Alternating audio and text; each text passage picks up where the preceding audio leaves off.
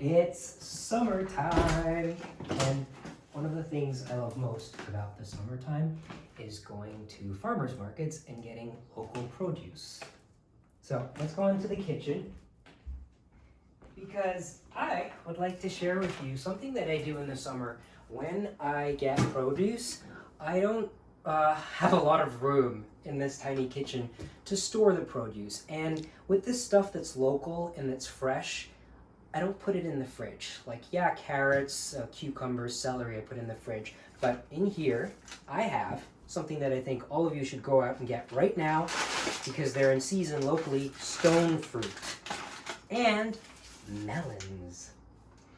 Okay, and this is what I do. So, the stone fruit, usually when you buy it, it's not completely ripe. And the thing that I do with stone fruit to ripen it is I actually keep it in paper bags, or I put peaches, nectarines, plums, that's what stone fruit are because they have a pit that's a stone.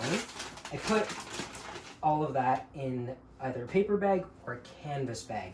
This is not easy to find. I forget exactly where I found this, somewhere on the Upper West Side at a kitchen goods store, but it's a cotton canvas bag. The thing about the paper and the canvas is that it breathes, but it keeps the fruit dark. I don't know if the light has anything to do with it, that's my guess, but these peaches have been sitting in here for 5 days, and when they went in, they were completely hard, and now I can just feel they're perfect to eat. So when they're actually ripe, I have this whole system. Where do we put all this stuff? Well, this is what I do, and this is what I've been doing for years, and it's such a wonderful thing to do because you use your fruit as art. And I'm just going to show you what I do. So I get something like a platter, beautiful ironstone platter. I think all of you by now know how obsessed I am with ironstone, and I don't just collect this stuff, I use it. I use it all year round. So this little platter, what I would do is I would put my peaches very gently, because once they're ripe, you can't go around throwing your fruit and dropping it because it'll bruise and it'll get bad. Oh, this one needs to be eaten today. But I put the peaches, I'm always handling them very delicately. I treat them like little jewels because that really is how I feel about stone fruit in the summer that's grown locally. These farmers that you meet at the farmers market, they took so much care to actually grow this stuff and pick it and bring it into New York City, and that's not lost on me. When I bring it home, it's precious. So I put the fruit onto a platter like this, or let me show you something else I do. That's the simple thing. The elaborate thing, I'm just gonna reach back here and grab these, is to use cake stands. And these are vintage pressed glass cake stands that I use for everything. Like, I'll put pastries on here when people are over for breakfast. I'll put cupcakes on here. And I didn't come up with this. Martha came up with this and I just copied her. Stacking the cake stands, where you have a bigger cake stand on the bottom, smaller cake stand on the top. And then what I do is I just arrange the fruit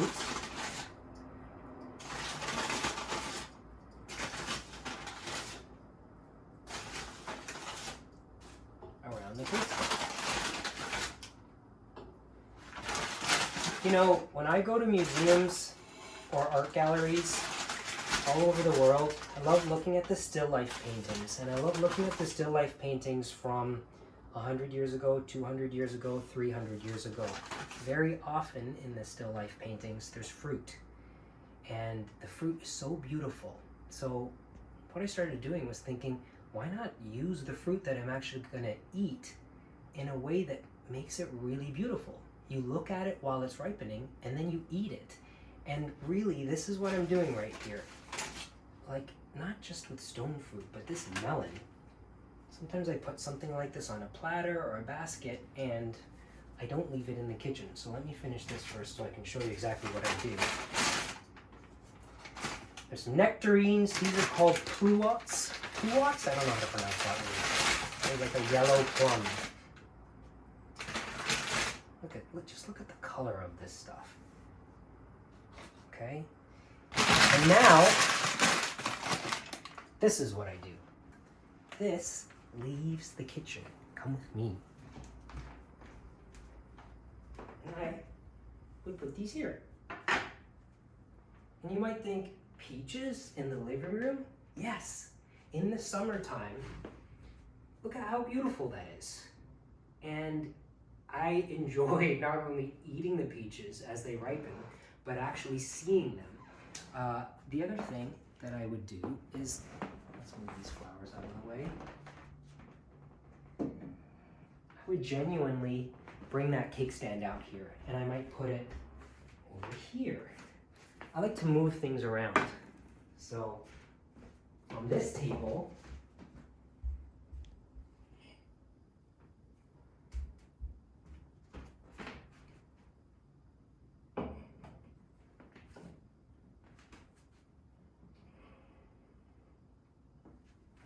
and that just sits like that. So this is something that a lot of people might not think of doing, but it is a wonderful way to actually use the produce of the summer, and it doesn't have to be stone fruit. So let me show you something else. This is the cake stands, which I use, but you don't just have to use glass and ceramic. I have this basket. Baskets are so beautiful for displaying fruit because genuinely, historically, fruit was often moved around in baskets all over the world. And I love embracing that aspect of displaying the fruit. This woven basket I actually brought back from Jaffna in Sri Lanka when I went there with my uncle a few years ago. This is woven out of palm leaves. The leaves of the palm tree are dried and then they're ripped into strips, and some of them are actually dyed different colors, and they weave it into things like oak. Stay right here. Because people actually always ask me, like, where did you get that bag from? This right here. This came from Sri Lanka. When I was there with my uncle, we were in the farmer's market, and all the old ladies were carrying around these bags, and I was just like, where are those bags from? I need to get one. I actually got like 4 and brought them back. But my uncle said, oh, look, that's the bag that your grandmother used to use. And this is a very traditional shopping bag made out of the palm trees, out of the leaves of the palm tree. So I just put these in my bike basket, ride to the farmer's market, and yeah, so palm leaves. So this basket, I often will put here, and this is the sort of thing that I would use for, let's move you over, I would use for a melon, like a big melon. And let me show you that, how that looks in there.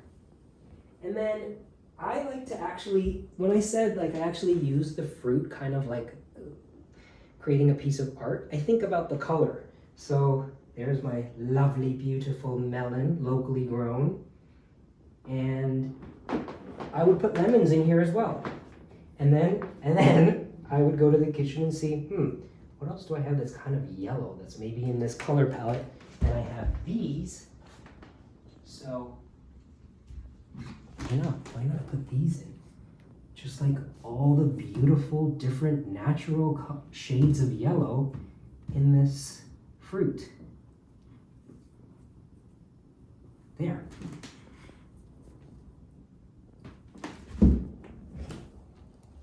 Just play with it until you have a composition that you like. So this genuinely is how I use fruit that I'm actually going to consume to beautify the space. It serves 2 purposes. You're creating something wonderful to look at, and it's not going to stay this way. As the fruit ripens, it's going to change. I love that. I love the fleeting aspect of these displays, that this isn't permanent, it truly is seasonal.